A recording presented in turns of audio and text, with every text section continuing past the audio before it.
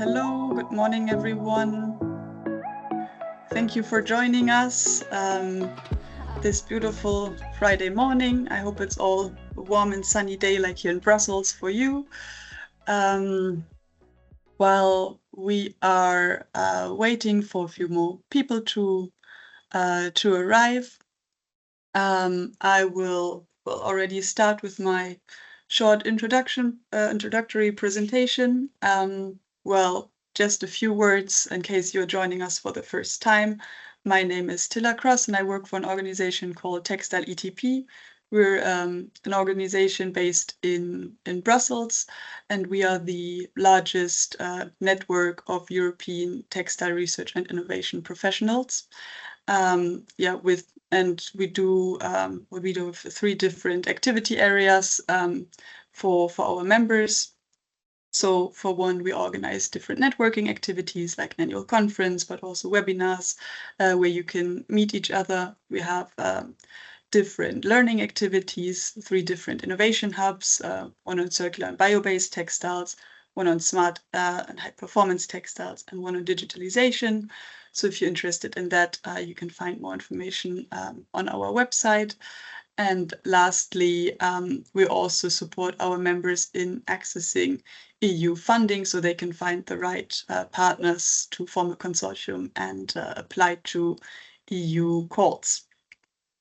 So with that being said, this is the agenda for today.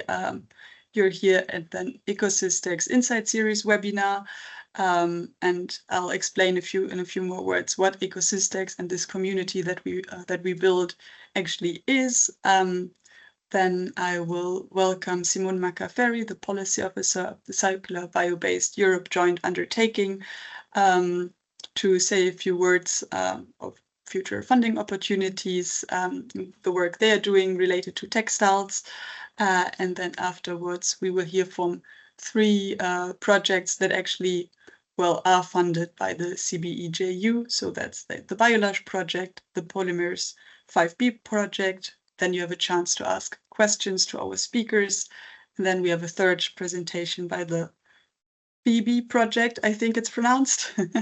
And then there's another Q&A. And in the end, I'll wrap up and point out some future events that might be interesting for you to attend. So what is ECOSYSTEX? As I said, in case you're joining for the first time, it's always good to understand, what we actually do. So ECOSYSTEX is the European Community of Practice for a Sustainable Textile Ecosystem.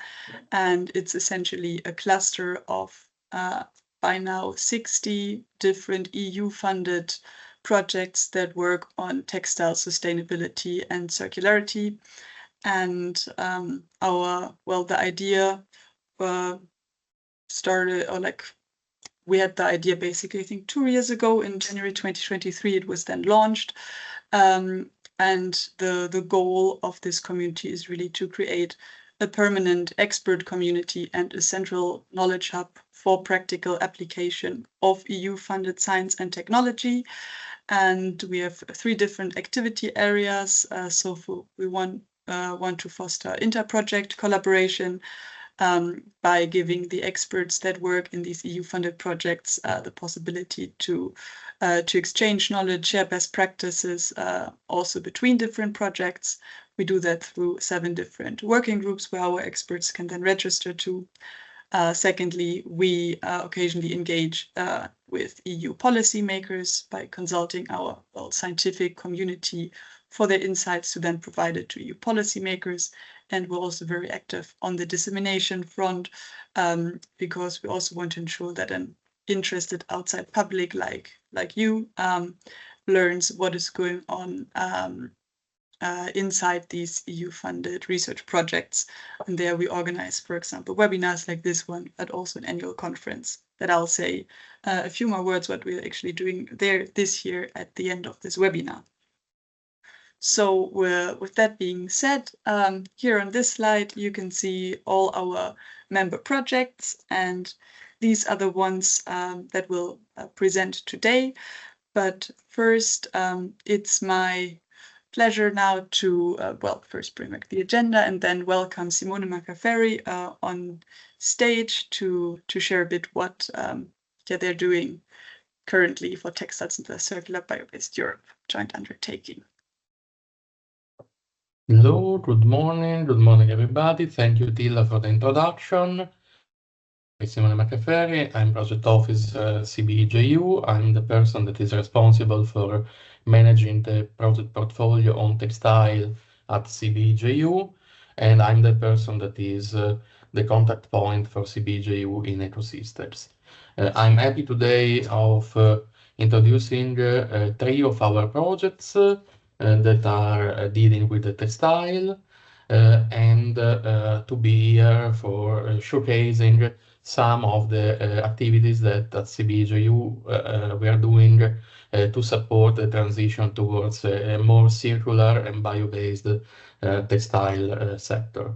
CBE JU, for who is not aware, is a €2 billion public-private partnership funded by the European Commission and co-funded by the Bio-Based Industries Consortium, is operating in the Horizon Europe framework and is supporting the Green Deal objectives and promoting development of bio-based process, materials, chemicals and solution in order to transition towards the green economy and boost the sustainability on the European economy. We are developing a broad range of projects that are going from research and innovation action to flagships. We have currently 9 projects that are belonging to the textile portfolio, 7 RIAs and 2 demo. So we are still more at research level, but also we are trying to upscale towards solutions that are more close to the market. Today we have 3 research and innovation action that are showcasing today, Bio-LUSH, pHYBi and Polymers pHYBi that are relevant and are covering different aspects of the portfolio, from fibers to polymers to coatings. So I think is a nice picture of what we can find in the sector. I take 1 minute to say you that the call for application of CBE JU for the year 2025 is currently open. The deadline for the submission of new proposal will be 17th of September. And there are 3 topics that are relevant for the textile sector. 2 of them are innovation action. One is dealing with the safest sustainable by design bio-based solution to replace hazardous conventional chemicals in the textile production. As we know, the chemical part in the textile process is heavily polluting, and therefore greening this is one of the objectives of CBE JU, and we have an innovation action on that. Then we have innovation action on bio-based polymers and copolymers unlocking new market application. This topic is funding bio-based polymers and copolymers in all the sector.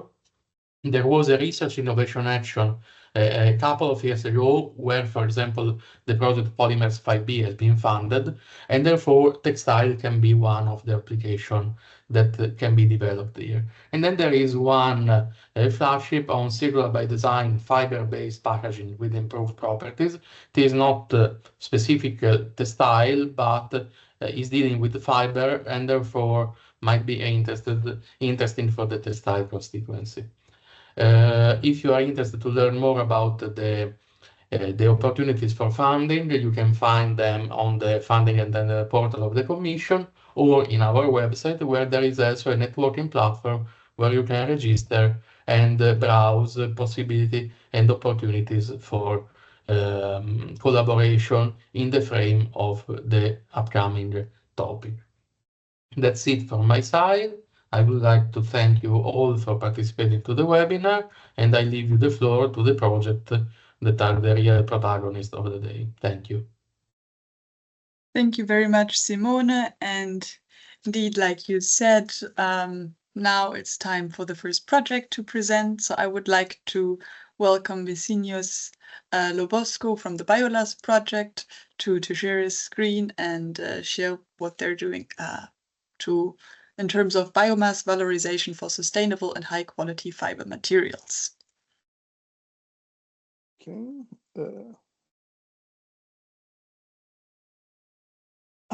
Just 1 second. Tell me when. Yes, now it's in full screen. Okay, thank you. And thank you, Tila, for inviting me. I think one of my colleagues in the project already made a presentation here, so I'm following up on that. I will mainly concentrate in the parts that that I'm involved. So Bio-LUSH is a combination of different, I think, like the different sub projects that maybe they should survive by itself. One part of this is to use underexplored plant resources in Europe, and that has to do with areas which are degraded or with biomass that we're not using.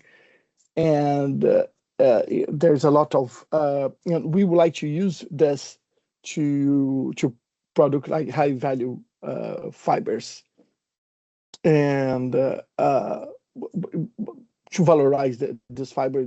Okay, this is something that maybe you have heard before, and then we will apply to different products, and these products are having well, there are a bunch of different of them. I will show you here a little bit more, and especially connection with the textiles. So the Bio-LUSH works with some biomass which are not very much weren't being so explored, like marine, like seagrass, nettle, and there's quite a lot of DNA characterization on that. I won't talk much about this because I think my colleague will come here to present to you. And this has to be pulped in order to get fibers, in order so that we can, or at least in the things that we are envisaging here, and by making, so like separating, getting mostly cellulose and hemicellulose, and this will then be converted to nanocellulose fibers, and then to different products. Okay, and these products they're like biocomposites, and there's one also very interesting is edible packaging that is in cooperation with a large company, and also 3D filaments for textile. So I think this is one of the main connection of this project with the textile industry, and is that we are going to do this, but it's not really what I'm going to present. And there's another potential connection, is that this pulping process may be used also to produce dissolving pulping. So this is a new, especially what I'm going to show you is a new technique to be able to use this pulp. I will try to address this to explain this shortly. So the pulp is amongst the high value bio-based products which are in highest demand. So if you think about, if you have any lignocellulosic residue, and most of it can be, if you're looking for something with high value and that you can put in the market, it's commoditized, the pulp is that's a very good possibility. There's 180 million tons per year. This is roughly in pair with the plastic. And the other aspect is that agricultural and forest residues are more sustainable than use dedicated crop, especially like what's growing mostly in the world is eucalyptus, mainly in South America, but also in Indonesia, but acacia too. And because it has no need to additional land, you just take what is left. No need for extra water, fertilizer, or transport. It's should be much less. And in many cases, like the pulp that you get there, you can get a comparable quality, at least depending on the biomass. So what we have is pretty good. So what is also there is a very good perception. Okay, here I just collected some of the initiatives. There are many more that people are trying to find alternative fibers. This is something, and also there's a very good perception by the consumer that this is something good. And SCT, by the way, is working with us on that in this project. Well, the key problem with this process of using biomass, like residue biomass, residue is abundant when it's residue. When it becomes a raw material, then it's scarce. So we have a lot of residue, but it's dispersed. There's like many different places. It's well, to put in a word, if you want to make a facility or a factory to convert this, there's a very high capital cost per ton of pulp produced. The largest, the new eucalyptus pulp machine facility they are being built, they are 1 million tons per year, 2 million tons per year, and there's not enough residue in one place. So the idea here is that we would like to find a process which have a low capital cost that could have higher operational cost because the biomass would be like fairly cheap, but that the capital cost would be lower. Another way to putting this is the problem is not producing pulp per se, but to treat what is like the spent liquid, what's called like black liquid afterwards. You have the pulp, you cook this, and the pulp is okay. It's not a very high investment, but then you have a black liquid, you have to do something with this. These are the objectives of our project. I'm concentrating most of the first one is to be able to find a flexible process to use agricultural byproducts using a low capex process and producing good properties. And then my people in the other working project will convert this to nanocellulose and produce edible packaging and biopolymer and so on in the filaments. But this process may be also used for making dissolving pulp, and this is the idea. Okay, just to boring.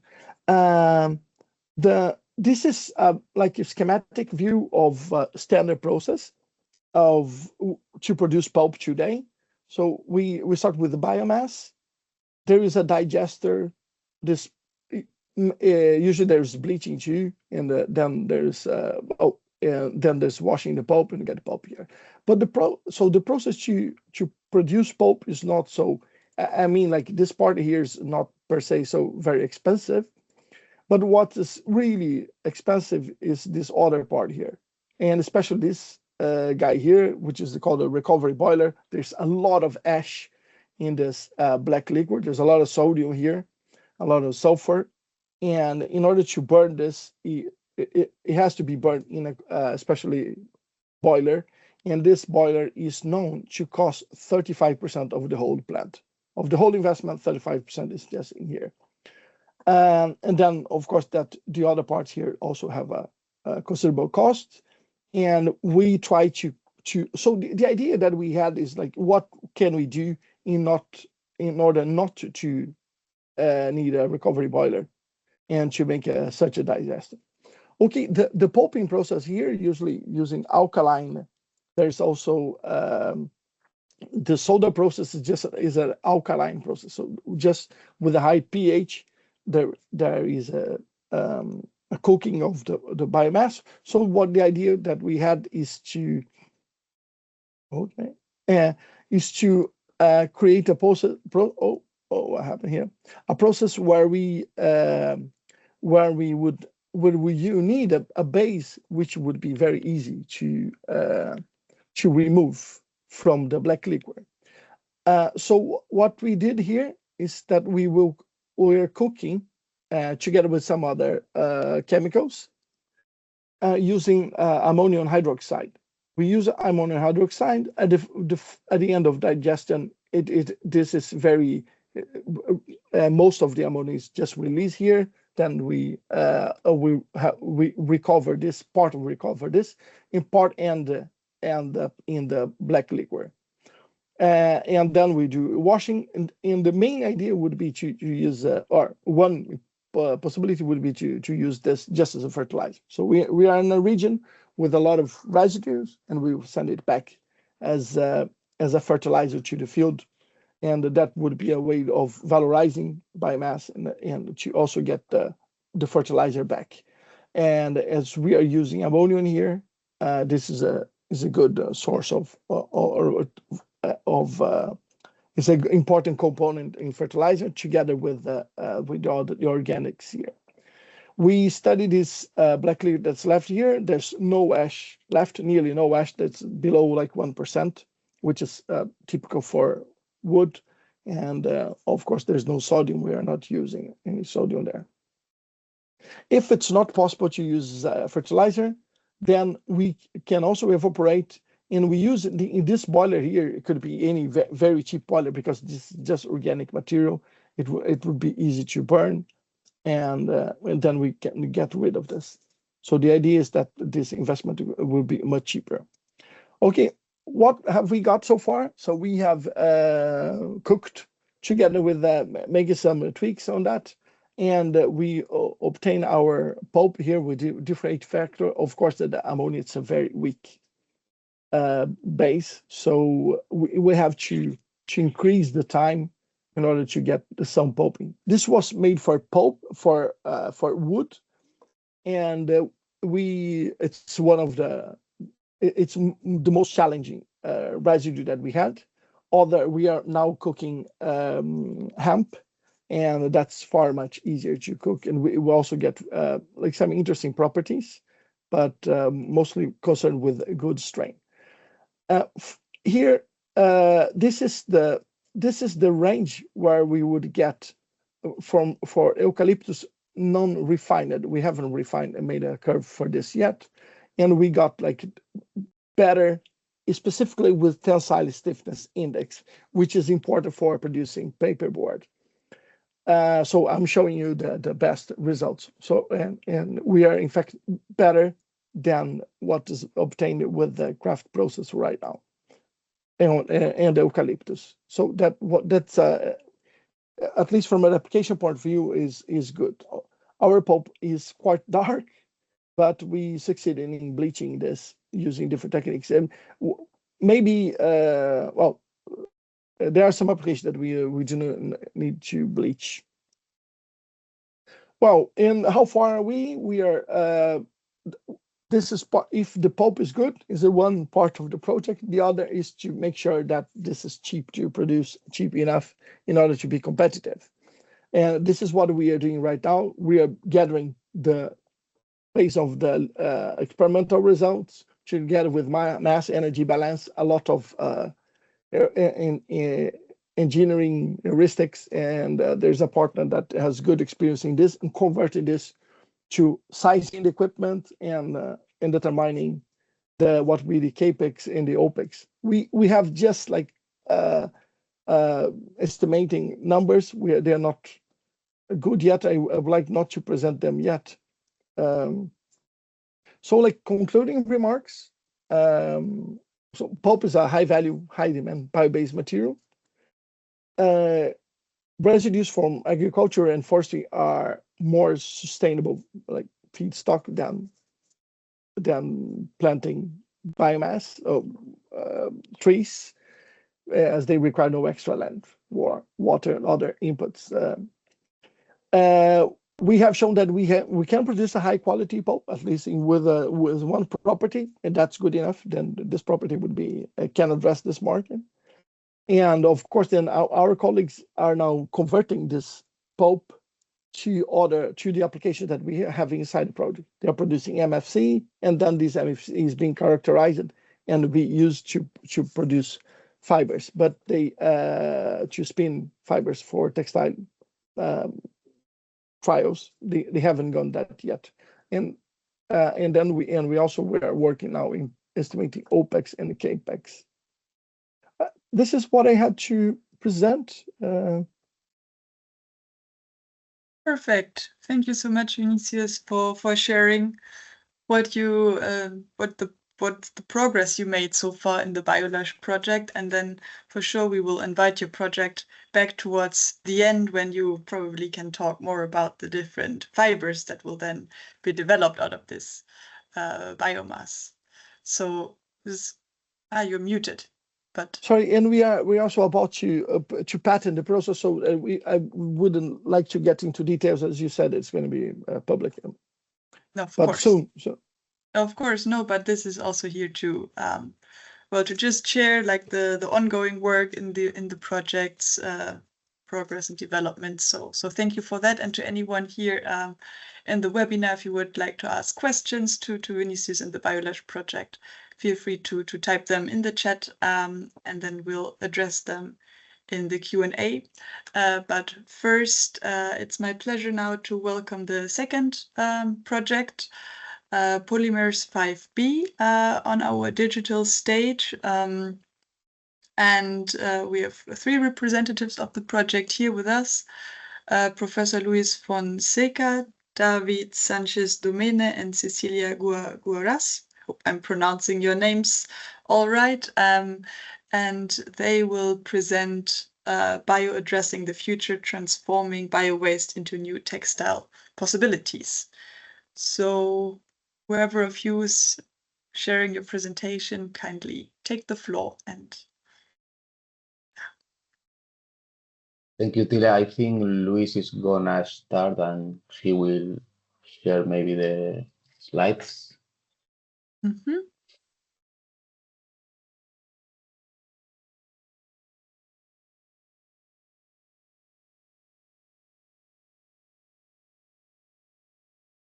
I see probably we already finished. So Yeah. good morning, Tila. Do you see the presentation of, oh gosh, it is the last one. But we know technology is working, so yes. Oh yeah. So do you see my the first slide Yes. that we are going to present? So good morning, everyone. Thank you very much for your invitation to present the Polymers pHYBi project in the ECOSYSTEX series webinar. So as you told, the lemma or the title is Bio Addressing the Future, Transforming Bio-Waste into New Textile Possibilities. So our project starting last June in 2024. So the project is have ambitious goals, that is to develop alternative bio-based polymers synthesized from bio-renewable monomers, in particular extracting from food processing residues, and eventually to trying to find some commercialized bio-renewable monomers that are produced in Europe. So the consortium of the Polymer pHYBi is 13 partners, that is led by IST-ID, that is a research center of University of Lisbon in Portugal. So the goal is to use the food side stream and the wood processing residues as a feedstock. And we are going to use biocatalysis and green chemistry process, helped by artificial intelligence and the machine learning tools to optimize the process of extraction of these compounds and synthesize the polymers. So the goal is that these monomers will be used in the end to produce polymers for application in textile, automotive, furniture, and polymeric resins. So these products, bio-based products, are meet in the end. The project meet the market demands, in particular for the application that I named a few minutes ago, transforming the European industrial plastic sector in a more robust bio-based production system. So the project is financed by European Commission, and according to a call that we submit CBE in September 2023, we have a budget of about 5.2 million, and we are going to finish in the May of 2028. So the feedstock are food industry and the side stream and leading in the wood residues. And the mainly products are bio-based polymer and plastic, but there is other products that we are going to try to valorize the biorefinery concept that we are trying to implement in this project. That simultaneously extract the bio-renewable monomers and other high-value products. So the polymer 5B have a range of bio-based products that satisfy the market demands, that application that I told you. And the goal is also to transform the European industrial plastic sector in more a bio-based production system, in particular because we have the goal to include in our project the circular economy, and from some of the examples that we starting is probably possible to achieve in the end of the project. So for textile industry, the polymer 5B contribute to the improved sustainable safety and the circularity compared to the standard method that we use for the polymerization of the polymers for this application. And we have the support of some partners that are going to already start to include the safety and the safety by design of the polymers according to the bio-based monomers that we are going to use. So you can see here that we are 13 partners from several countries of Europe, since Netherlands, Latvia, Germany, Serbia, Italy, Spain, and Portugal. So basically, you have 4 small companies and 2 large companies that are going to test and test the plastic material that we are going to synthesize from bio-based monomers. You have some research institutes that help us to achieve the goals of the project. So, as I told you before, the contesting objective is to achieve novel alternative bio-based polymers synthesized from bio-based monomers. In particular, we are using unexploited 2-generation feedstock, in particular tomatoes and olive oil, that we are using here from companies that produce tomatoes material processed and olive oil in Portugal, and the group of partners from Latvia are going to use wood pulp and lignin derivative to achieve these monomers and synthesize some thermoset polymers. And as I told you before, we are going to have the help of machine learning tools and safety and sustainable by design approach since the beginning of the extraction and the synthesis of the polymers. So the application of textiles involving the polymer 5B are 3 partners directly involved. The others can also contribute, of course. The 3 partners involved is IST-ID from Portugal, EURECAT from Spain, and Bobochoses also from Spain. So the IST-ID is the owner of the polymers 5B technology. So it is a patent that we submit and was approved several years ago.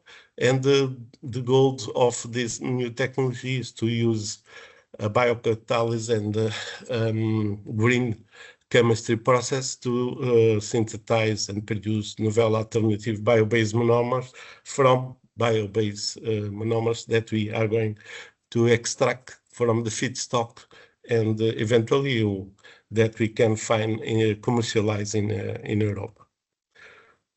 So my name is Luís Fonseca, from Institute Superior Técnico, from Lisbon University. I belong to the Department of Bioengineering, and the goal is to, as I told, is to use biocatalysis and the green chemistry that are running research in my group, that is Biocatalysis and Biotransformation Research Group. And according to this, we are contributed to a more sustainable economy, in particular using bioeconomy and circular economy. So the application is to generate a novel bio-based polymer, targeting improve circularity, biodegradable in textile. So in this moment we have already an interesting polymer, a lymphatic polymer, polyester, that apparently we have a good properties, but in particular using lipases and cutinases, we verified that this polymer can be completely hydrolyzed and can be eventually have a good contribution to circular economy of the textiles. So EURECAT are going to be involved in the safety and sustainable by design framework, but is also contributing to test the textiles that we are going to produce for test in the small scale, and then Bobochoses are going to produce in the application of textile for shoulders and other applications. So, David, do you want to start now? Yeah, I will tell you to pass the slides, okay? Hello all, I'm David Sánchez from EURECAT. I'm researcher in sustainability.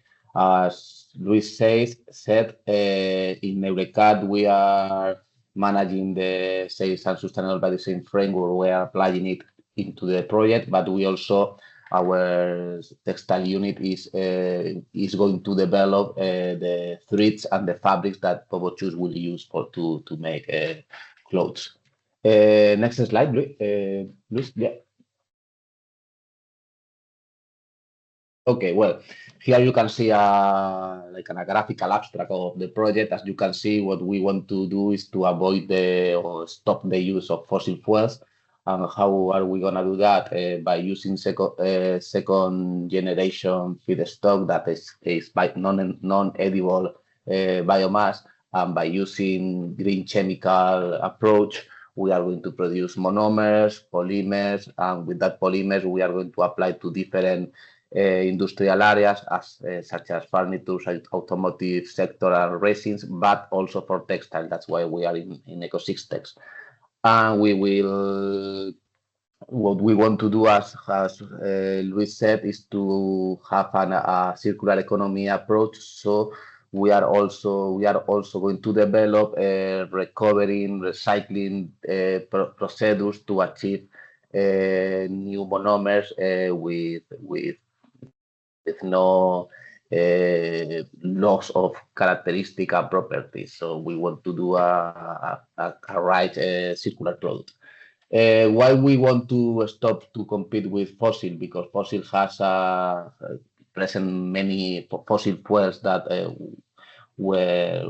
are producing fossil polymers. Sorry, has many different challenges.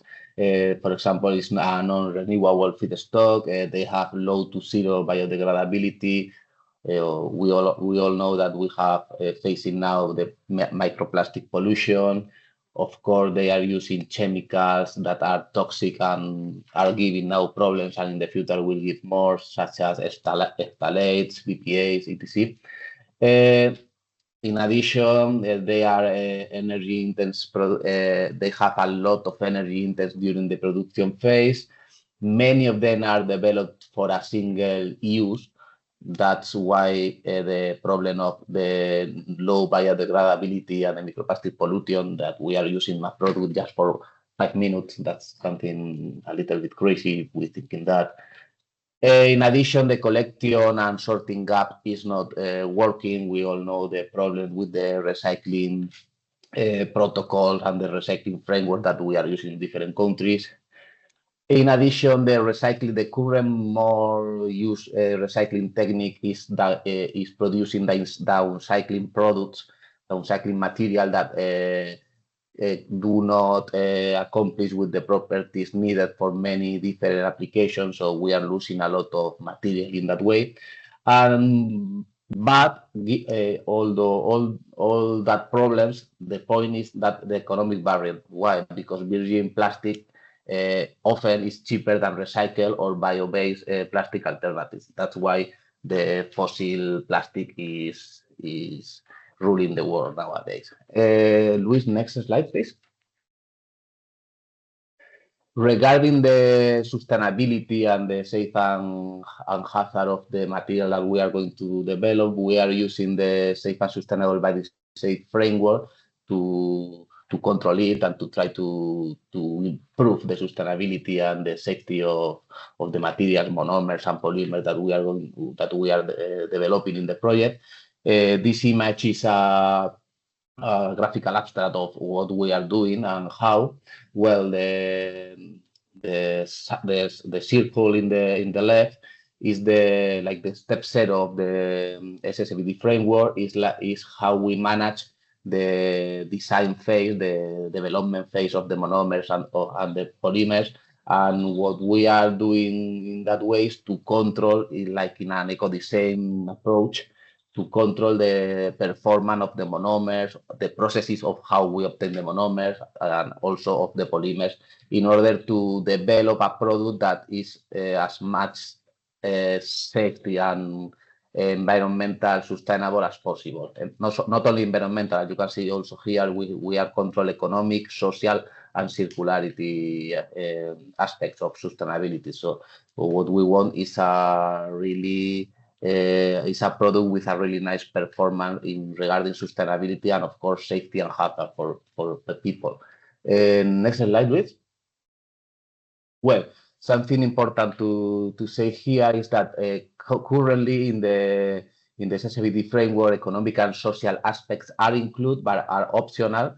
So in that case, we are including it, even they are optional, and the economic and social factors are going to be quantified by Luis, by the University of Lisbon. And in addition, something that is not currently taken into consideration directly in the SSABD framework, the circularity, and we are including the circularity aspect inside the SSABD framework for polymers 5B. Then we are using circularity assessment is going to be included in the final result. And we are also are developing the SSABD final score. That is something that is also not well defined in the current framework of SSABD, and we are going to offer an option to the people once we finish the project, just to show our way to quantify the final score. But as I said, it's something that nowadays Europe didn't decide, and we are going to offer an option to the people. Next slide, please. Well, in EURECAT, we are directly working with hazard and safety by means of human health risk assessment and environmental risk assessment methodologies.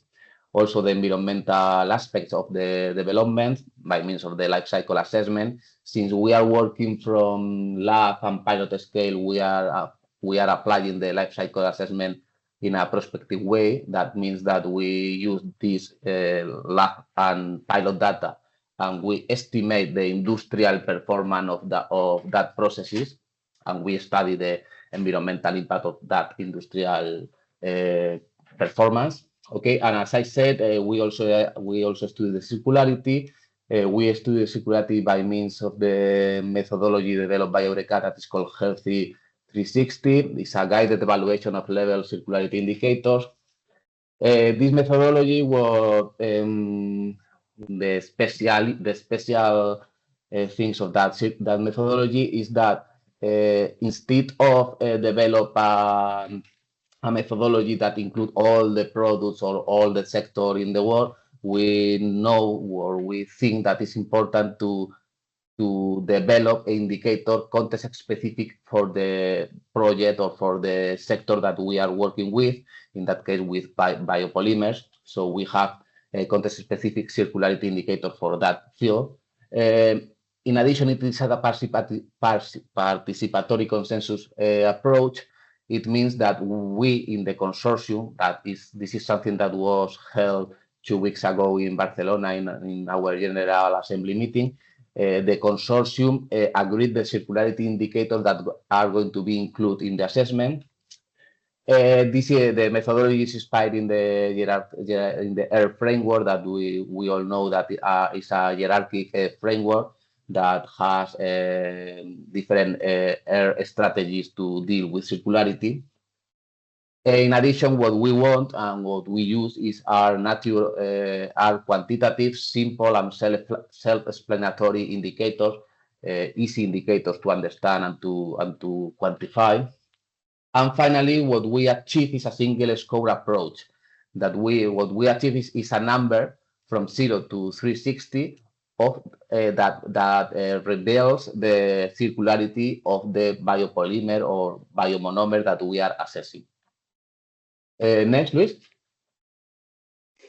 And as I said, we are developing the SSABD final score methodology, and we have nowadays two main options and we are going to study which one we will finish get. Why? Because we can have the comparative assessment approach. That it means that you have a counterpart of your product and you compare your product with that counterpart. For example, first-gen biopolymer or fossil polymer versus our development, our biopolymer from second generation. But there is another approach that is an absolute assessment where you can fix the worst performance product and the best performance product, and you can assess your products in the majority of the assessment will be in the mid-range of that two extremes. So we are working in deciding which of the two assessment approaches are the best for our project. And next slide, I don't know if I finish. Yes, that's the last one. This is like a resume of what we are doing. We are working with second generation feedstock that is non-edible biomass. We are producing sustainable monomers and polymers, and one of our case studies is to develop thread, develop fabrics, and develop clothes with that fabric. So we are offering safe and sustainable feedstock to the fashion industry. And that's all. If you have any question, we can discuss later. Thank you. So, Cecilia, can you present the Bobochoses contribution sure. To the program? Yeah, sure. Hello, Luis. Hello, Hi. David. It was actually great to listen to you. It's always very insightful. Hello, everyone. My name is Cecilia Guarás. I am speaking on behalf of Bobochoses. As my colleagues already explained, we are part of this polymers project, pHYBi project. We are really very, very excited to be part of this. It's the very first time for us that we participate in a project of this nature. And we have, very high expectations, and also we are really looking forward to to inspire the wider industry to adopt, to make the case in adopting better practices with it, and also to be aligned to the European Eco-Design Directive. At Bobochoses, I am responsible for sustainability and innovation. And while I am also internally coordinating these projects, in which we'll put our full hands-on in a few months, I would say, but we are already learning a lot, and that's also part of that keeps us very motivated. So that's me. Luis, I will ask you to kindly pass the slide, please.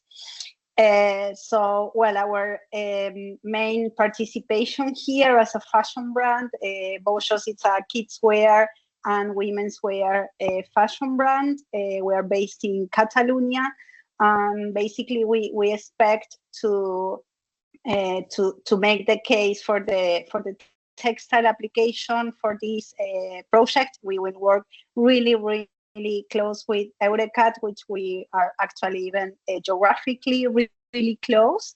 Our main goal is basically to implement this new material, but ultimately to enhance a safer dressing practice for future generations whilst promoting circular production processes. This was our main motto, as I said a few seconds ago.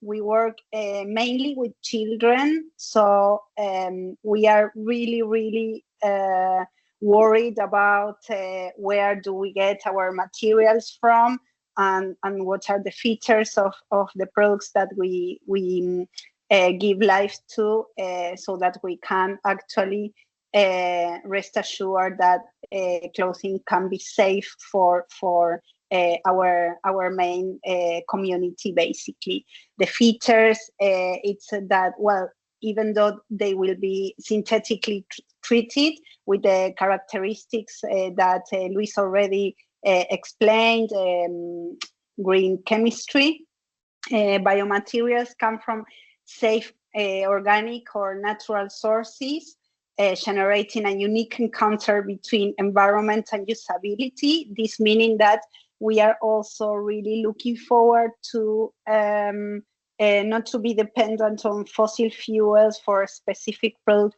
categories, for the reasons that David explained a few minutes ago, in terms of well, safety, but also the lifespan of the products. Next slide, please, Liz. Thank you. The current challenges that we are facing in material sourcing is basically, well, unsafe chemical usage for synthetic fabrics finishing, and microplastic spread and pollution due to fossil fuel material origin. A problem that is not solved just by implementing recycled options, which we are. Most of our synthetic-based materials that we have in these specific product categories, they come from recycled sources. But first of all, there are a lot of limitations in recyclability, as David already explained.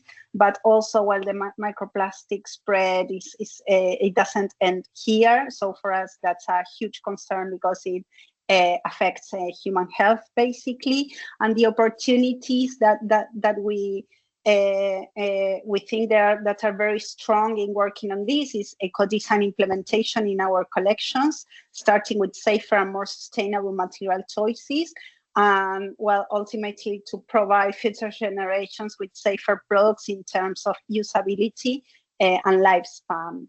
Next slide, please, Luis. Thanks. Well, the products application and product categories I was speaking about is mainly swimwear. Here you can see some of our current products. We have different product categories in our brand, and swimwear and outerwear are two of the more controversial categories from this point of view, even though, as I said, we are using mostly 100% recycled material options at the moment.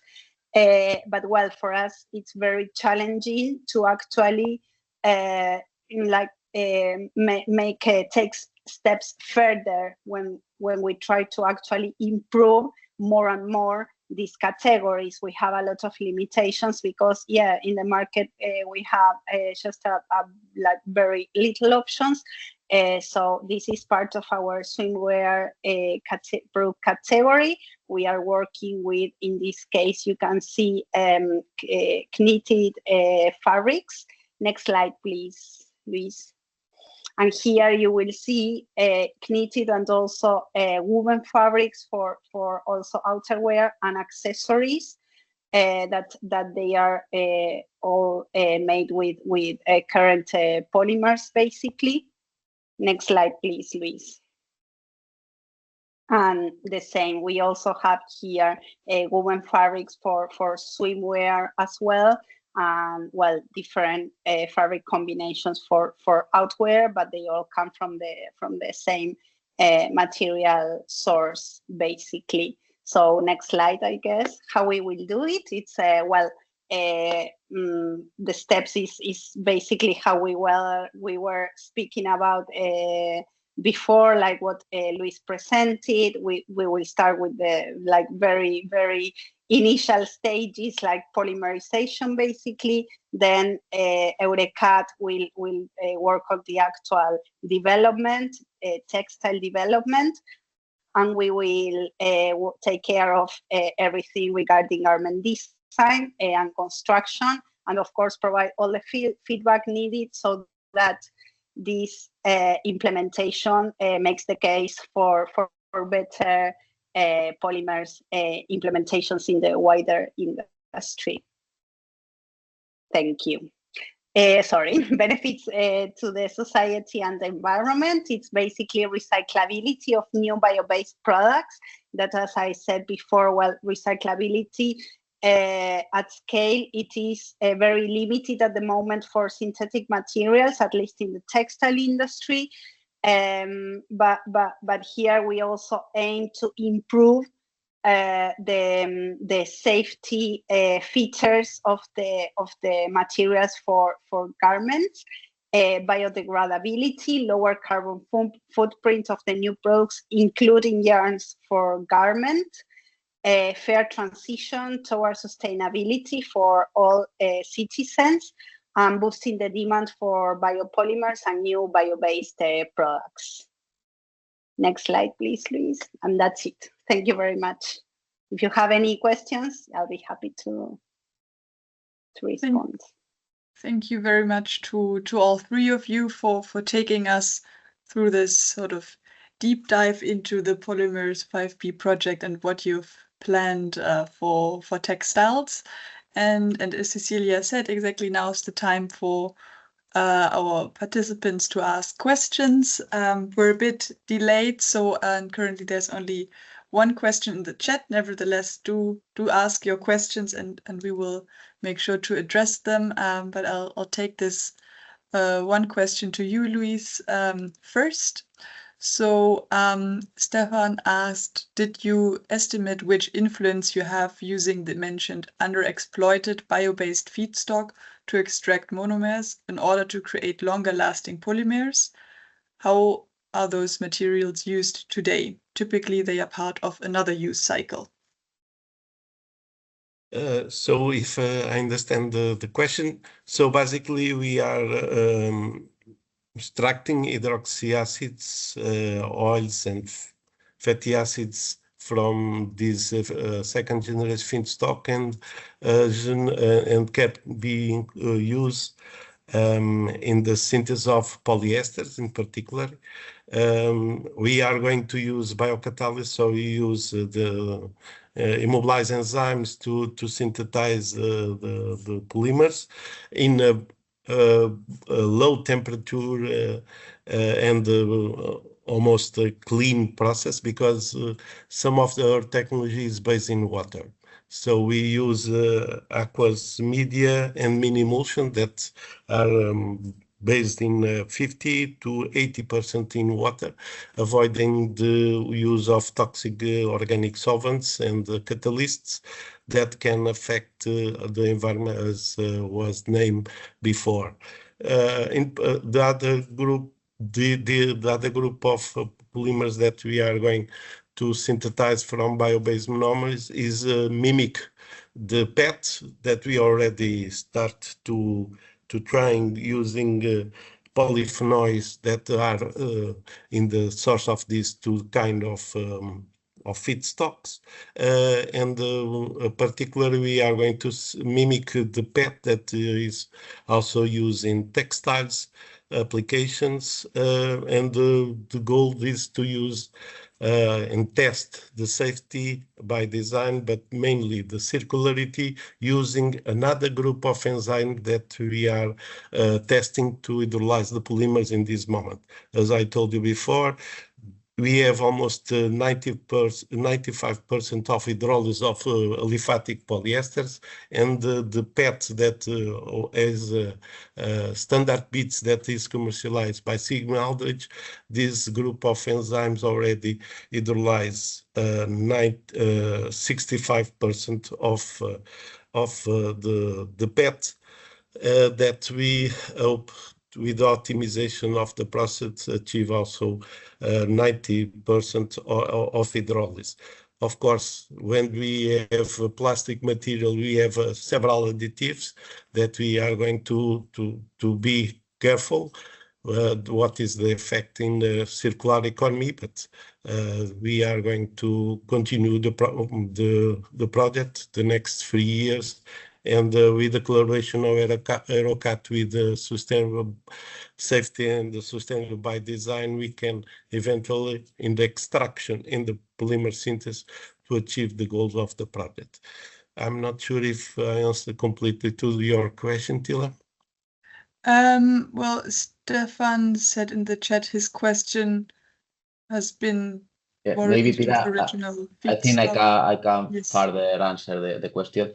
Luis, I think Stefan refers to the feedstock. We are using residues of tomato processing, so the peels and the seeds that are used by a company that is making tomato sauce. And we also are using the residues of olive oil production, also the peels and the bones of the oils. So that's our feedstock that currently most of them are only composted. Exactly, is tomato and olive oil pumice that we are using to trying to extract these compounds. So after the production of the paste of tomato, there are the skins and the seeds that they are rejected and used for feed application, and we're starting to 2 years ago, more or less, to start a collaboration with the tomato company, and we start to design eventually the extraction of these compounds. And the same thing, but more recently, we start with the olive oil pumice. That is a very environment concern about these residues that have a huge amount of polyphenol and other organic compounds that we can use to synthesize semi-aromatic polymers. So the feedstock are residues that are rejected or have a very environment problem that we can contribute with our technology and our project to minimize this and to valorize these residues from this food process industry.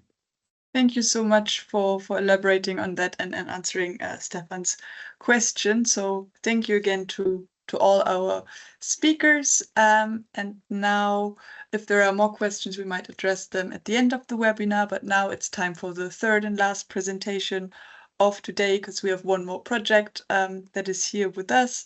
So I would like to invite Andrea Dominguez from the pHYBi project on our digital stage, and she will talk about PHYtomanagement as a sustainable feedstock source of lignocellulosic-based, high-value bio-based products for textile applications. Thank you so much for the introduction, Tila. Good morning to everybody. I'm Andrea Martos, and well, I am the coordinator of the pHYBi project, as Tila mentioned. Briefly about me, because I think that we are running a little bit out of time. I'm a team leader of the biochemical applications research team at IDENER. I have been working in the enterprise since 2018, and now we are very focused on how the industrial applications can act on different projects about the biological and chemical field of knowledge. So I don't want to add any more. We can go directly with the presentation of the pHYBi project. The project name is, I think, one objective more of the project, and is clearly summarizing which are our intentions. The project name is PHYtomanagement as a sustainable feedstock source of lignocellulosic-based, high-value bio-based products for textile applications. The project started last October 2024, so we are almost reaching the end of the first year of implementation. In any case, we have a really high, we have a lot of time in front of us and a lot of work to finalize in September 2028. So the overall duration, we expect it will be 4 years. We are 11 partners on board from Spain, Italy, France, Croatia, and Germany. And we applied to the Horizon Joint Undertaking Circular Bio-Based Europe 2023 R1, the PHYtomanagement curing soil with industrial crops, utilizing contaminated and saline land for industrial crop production. At the end of the project, we expect to have a maturity of 5 in the scale of TRL, and it's a research and innovation action. Okay, I don't know why I passed the slide. I'm trying to just hide this screen about teams. I don't know if you are in the same page than me. I'm in key facts budget. No, for us it's the summary page. Okay, the summary. Okay, yes, we are in the same page. Thank you, Tila.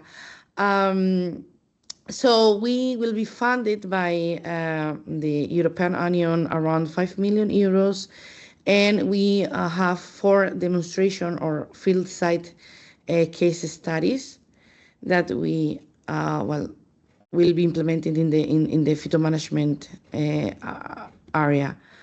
So in our consortium, we are IDENER, we are the coordinators, and we will be leading the modeling activities. We have one strong pillar about digitalization. We have on board a CETIM Technological Center that is based on the valorization, and the part that I think is most interesting for ECOSYSTEX, the valorization of those lignocellulosic biomass for textile industry. We have on board 2 DLEAF, that is one spin-off from the University of Burgos that is already ongoing. DLEAF and the University of Burgos will take care of one of the case study demonstration, and DLEAF will support on modeling activities and the stakeholder engagement that I think is a really important part too.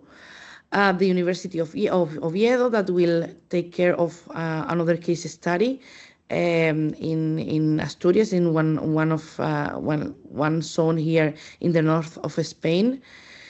Then we have Next Technology Tecnotesil taking a strong role in the functionalization of the lignocellulosic fractions to obtain cuttings for textile industry. We have Particular Group and PhytoWell that are landowners, and they have other case studies. to demonstrate phytomanagement strategies, a stain-based Europe that will take care of or the responsibility of not only communication, dissemination, and exploitation, but also the stakeholder engagement and the social acceptance area. And the University Marie-Louis Pasteur that is leading another case study in France. So when I try to explain the concept of the pHYBi project, I always say that we have more or less 3 pillars. One based in the phytomanagement strategies that appear in the top of the presentation. The second pillar about feedstock valorization, and 1/3 pillar, last but not least, about the virtualization and digitalization of the concept proposed in phytomanagement and valorization. So regarding the phytomanagement strategies, we started with monitoring existing trial sites and sampling new candidate sites. And we are now in more or less the second stage. We are learning from the trial sites. We started with experiments. We are selecting the indicators about the soil health and the feedstock quality. We are evaluating which are the main parameters we should measure in order to, with the idea to use this feedstock in one post-valorization phase. And the next steps, or during the next more or less 2 years, we will test and optimize different phytomanagement strategies. I have here some of them: microorganisms, mycorrhiza, genomic scale metabolic models, poplar hybrids, amendments. And this phytomanagement strategy will be based in 5 different feedstocks used. 2 herbaceous, miscanthus and hemp, and 3 woody biomasses, birch, poplar, and willow. So when we have the phytomanagement strategies test, and well, in parallel, we will be running the second pillar of the project, that is the feedstock valorization. We will use those previous mentioned feedstocks, the herbaceous and woody biomasses, and we will characterize and have a clear profile on the different fractions and the different characteristics of those biomasses. And we will test different pretreatment in order to use those biomass as a feedstock for one fractionation process, that it will be based in organosolv solvents and cascade filtration based on filters and membranes, depending on the consistencies. We are now running the first test on which will have which will be the final parameters and configuration. And at the end, we will, or our intention, our objective is to have the 3 main fractions from the lignocellulosic biomass: the cellulose, the lignin, and the hemicellulose. With the cellulose and lignin, our colleagues from NTT, the next textile, will functionalize those fractions in order to make coatings with interesting properties for the textile industry, like anti-EU protection for the ultraviolet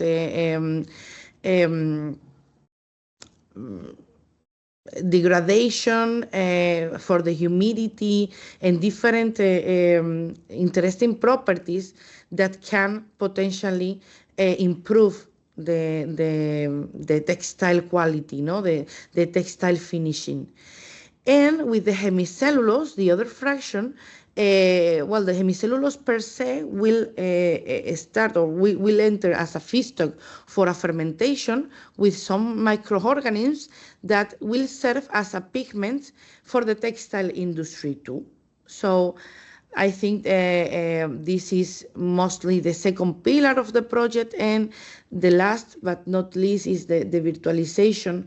We will use all those information from the PHYtomanagement strategy for the feedstock valorization and all the data we can collect in order to use this data for modeling and simulate and predict the behavior of the soil and the process, no, and how they are interrelated, and we will deliver for related and interesting stakeholders one virtual replication tool, and this will serve for the validation and transfer the optimized solution to the field site.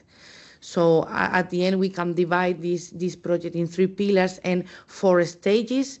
The site and selection and monitoring. The second stage is the optimization of the PHYtomanagement strategy. The third is the biomass extraction and valorization. And we will finalize the project successfully, I hope, with the scaling up and replication and delivering this interesting open virtual replication tool. So the project and the previous activities can be divided in 6 main objectives. We are more or less running in between the 2 and 3.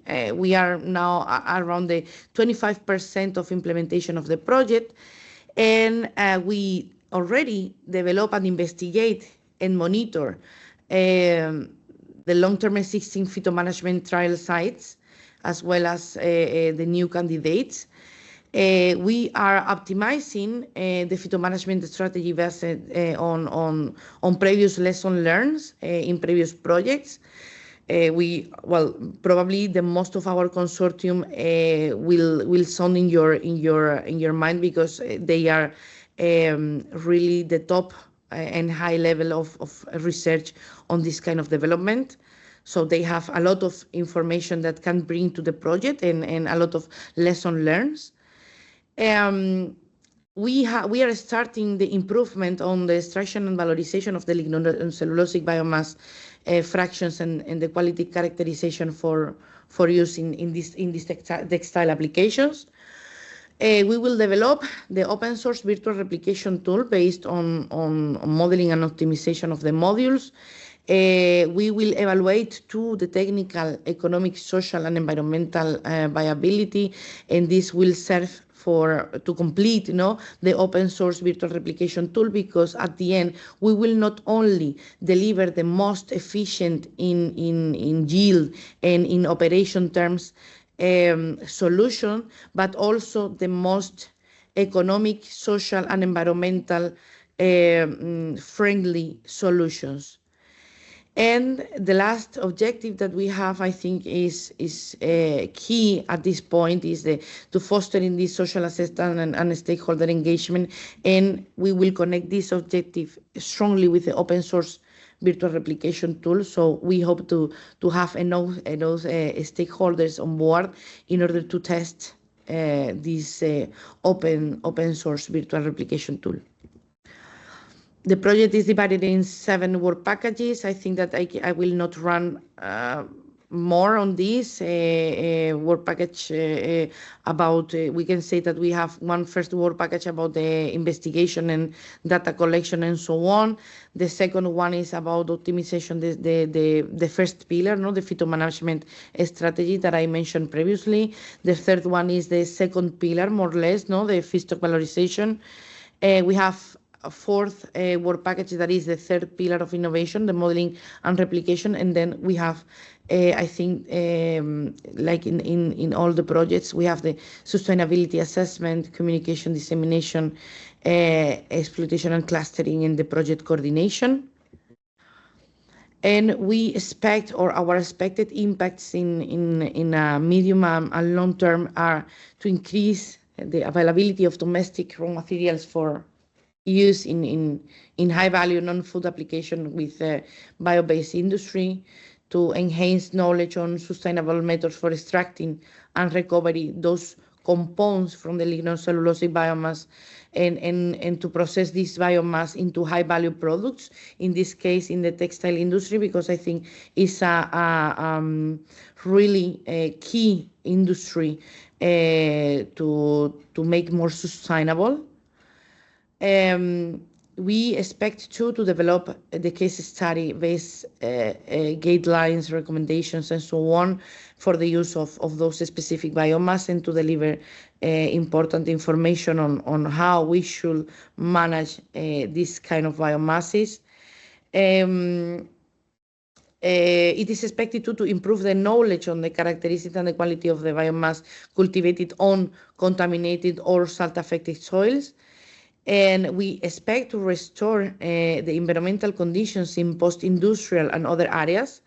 And this is well connected to at the end, we are improving our environmental profile, because we are not only restoring one area or different areas that are contaminated, but also we are making the connection with the textile industry. We are having one value added to this environmental improvement. And in really, well, at least at the end of the project, we expect to significant contribute to the goals of the research and innovation mission as Soil DL for Europe. This is well, just I will take the opportunity, if it is possible, to try to engage you to PHYBi project. We are, well, this is one list from the dissemination manager.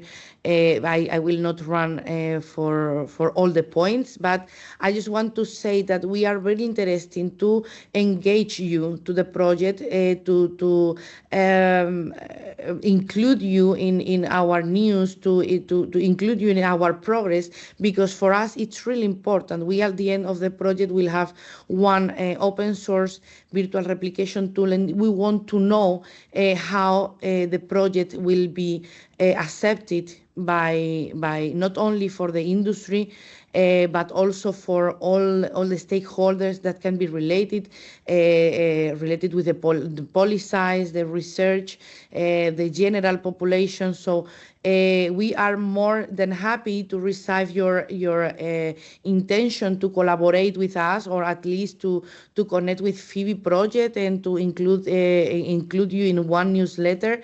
In those newsletters, we will deliver the first version of the Open Virtual Replication Tool. So don't hesitate, and I think that with this slide, I can close my presentation. Don't hesitate to contact me, and I will include you in our news, in our results, and so on. So thank you so much. I hope not to take more time than expected. No worries, Andrea. Thank you very much for introducing the PHYBi project and taking us through everything that you have planned and what you've done so far. And for sure, we're also happy to share more about your project through our ECOSYSTEX channels if you reach out to us. So that of course is open to all our member projects as well. So as Andrea said, we are a bit short on time, but we still, of course, give the opportunity to ask questions. So feel free to write them in the chat. But until then, I will bring back my slides and share with you a few upcoming events, so you can see if there's something relevant for you as well. And I do hope that today's presentations were interesting for all of you. And of course, we will share the slides afterwards, and then you can follow up with the speakers also if you have follow-up questions afterwards. So I hope you can see my screen now. We have a few more of our ECOSYSTEX member projects organizing events in the upcoming weeks. Still in June, there is a one-day workshop by the ECHT project on capacity building for chemical traceability in the textile value chain that you can register to. Takes place in Paris. Then on the 19th of June, the T Extended project is organizing a community webinar that is open to everyone to attend. You can find more information also on the registration link. Then from ECOSYSTEX side, well, we have a summer break basically for July and August, but we're back with the next webinar on the 19th of September. Registrations are also open there already, and more details will be confirmed then in September. Something else that I would like to share with you, and that is hopefully interesting as well, is our ECOSYSTEX conference for which we launched registrations 2 weeks ago, I believe. This year we will focus on circularity and recycling related topics. So our theme is, well, new technologies and business models for textile circularity. It will take place on the 29th of September to the 1st of October in Gothenburg, Sweden. You can scan the QR code or find more information through the link that my colleague posted in the chat. We collaborate with 5 different ECOSYSTEX member projects that will organize interactive workshops to, well, validate what they've been working on or to collect new input for future tasks. So it will be very great collaborative networking spirit, I believe. And we also organize visits to the textile research labs of RISE Research Institute of Sweden. And on the 1st of October, we go to Borås, the Swedish School of Textiles, and a science park out there. So yeah, do scan the QR code and check out the agenda. And it would be great to meet you all in person then in Gothenburg after summer. So yeah, basically we're coming to the end of this webinar because I believe there were no more questions in the chat. That's also fine. Well, you can reach out to us if you have questions to our speakers, and then we're happy to facilitate the contact. So I want to thank all of you that presented today for sharing the work that you're doing in your projects. Very interesting for everyone here. If you would like to follow these projects, you can find all of them on our ECOSYSTEX.eu website. Also, if you follow ECOSYSTEX on LinkedIn and subscribe to our mailing list, we regularly share project news and events through these channels. So through ECOSYSTEX, you can also follow updates from all our member projects. And if you happen to be in a project that is not yet an ECOSYSTEX member, so of course you're also welcome to potentially become an ECOSYSTEX member. So also that information is accessible on our website. So I invite you to check it out. And now, I want to thank all of you for your time and wish you a lovely rest of Friday. It's not quite the afternoon yet. So yeah, I hope to see you again soon in the next webinar. Thank you again. Have a nice day. Thank you, Tila. Thank you very much, so Tila. much. Thank you. Have Bye-bye, a nice everyone. weekend. Bye-bye. Thank you. Bye, Bye. David. Thank you. Bye, Cecilia.